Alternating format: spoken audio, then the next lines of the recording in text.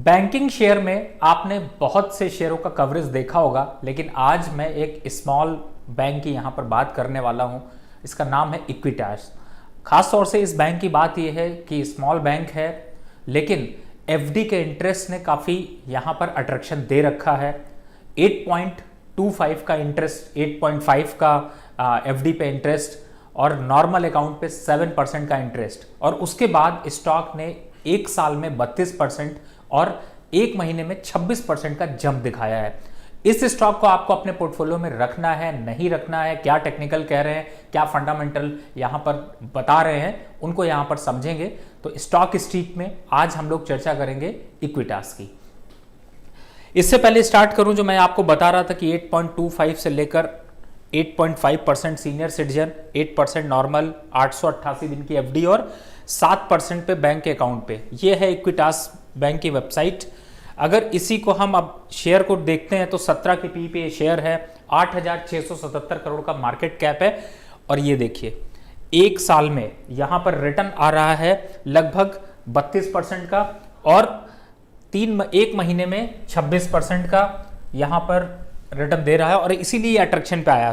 52 week high 72, 37 का करीब जो है वो है 52 वीक लो, और इस समय शेयर चल रहा है 52 वीक हाई के पास, और इसीलिए मैंने इस स्टॉक को यहां पर लिया है। एक बार यहां पर फाइनेंशियल्स को भी देख लेते हैं। तो फाइनेंशियल्स आपको यहां पर काफी हद तक कांस्टेंट दिखाई देंगे, यानी कि प्रॉफिटेबिलिटी अगर 21 क्वार्टर से देखी जाए और अब क्वार्टर की बात की जाए तो लगभग 170 करोड़ के करीब का प्रॉफिटेबिलिटी यहां पर बना हुआ है।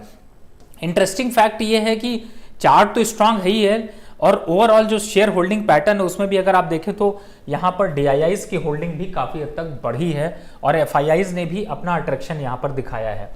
ये हुई फंडामेंटल की बात, लेकिन बात करते हैं यहां पर टेक्निकल की। तो आपको सबसे पहले ये दिखाई देगा कि ये स्टॉक पहले तो बहुत धीरे धीरे मूवमेंट इसमें दिखाई दे रहा था, और एक लेवल के बाद ये थोड़ा सा यहां पर कंसोलिडेटेड करता है, उसके बाद फिर से एक नए जंप की तरफ जाता है। और ये मैं लिया है 30 मिनट पे ये चार्ट।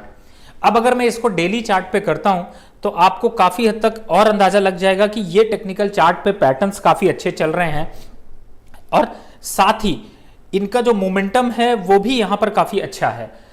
अब इस डेली चार्ट पे अगर आप देखेंगे तो जो आपको यहां पर ये एक लंबा पैटर्न दिखाई दिया, इस चार्ट को अगर आप ड्रॉ करेंगे तो यहां पर चल रहा है स्टॉक का प्राइस 70 और यही 52 वीक हाई है। और अगर मैं इस प्राइस को अब वीकली पे ले जाता हूं तो आपको समझ में आएगा कि ये यहां पर अब आ गया है अपने रेजिस्टेंस पे, और इस रेजिस्टेंस को ब्रेक कर पाएगा नहीं कर पाएगा उसको हम लोग फाइंड आउट करते हैं, और एंट्री का लेवल क्या होगा।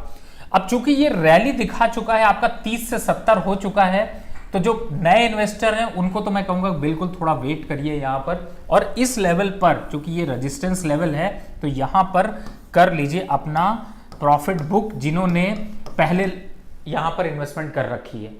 और इसको आप इंतजार करिए, जो रिट्रेसमेंट लेवल यहां से निकल के आएगा वो लगभग आएगा आपका 60 के पास, या फिर ओवरऑल अगर बेस्ट रेंज देखें बाय के लिए तो वो आ जाती है करीब 50 की। वो करना है 60 और 50 का।